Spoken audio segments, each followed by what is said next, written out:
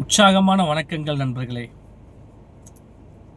எதை இன்சூரன்ஸு பாலிசிகள் மூலமாக ஃபேஸ் பண்ணணும், எதை நம்ம வருமானத்தை வச்சு ஃபேஸ் பண்ணணும் அப்படிங்கிறதுல நிறைய கன்ஃபியூஷன் இருக்குதுங்க. இன்றைக்கி ஒன்றும் இல்லைங்க, ஸ்கூல்லேருந்து கால் வருது, குழந்தை படிக்கிற ஸ்கூல்லேருந்து இந்த டேம் ஃபீஸ் கட்டணும் அப்படின்னு சொல்லி கால் பண்ணுறாங்க. இந்த செலவை உங்களோட வருமானத்துலேருந்து தான் நீங்கள் சமாளிக்கணும்.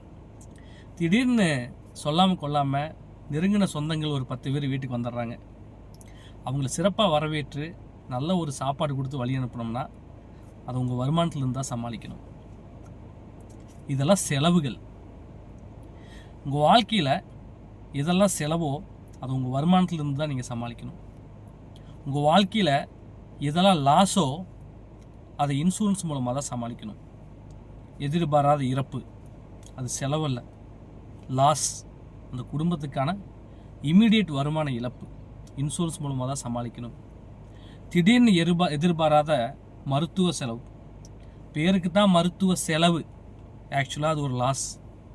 ஏன்னா வருமானம் சம்பாதிச்சு கொடுத்துருந்தவர் ஹாஸ்பிட்டல் அட்மிட் ஆவார், அவர் வேலைக்கு போக முடியாது, வருமானம் தடைபடும், லாஸ்.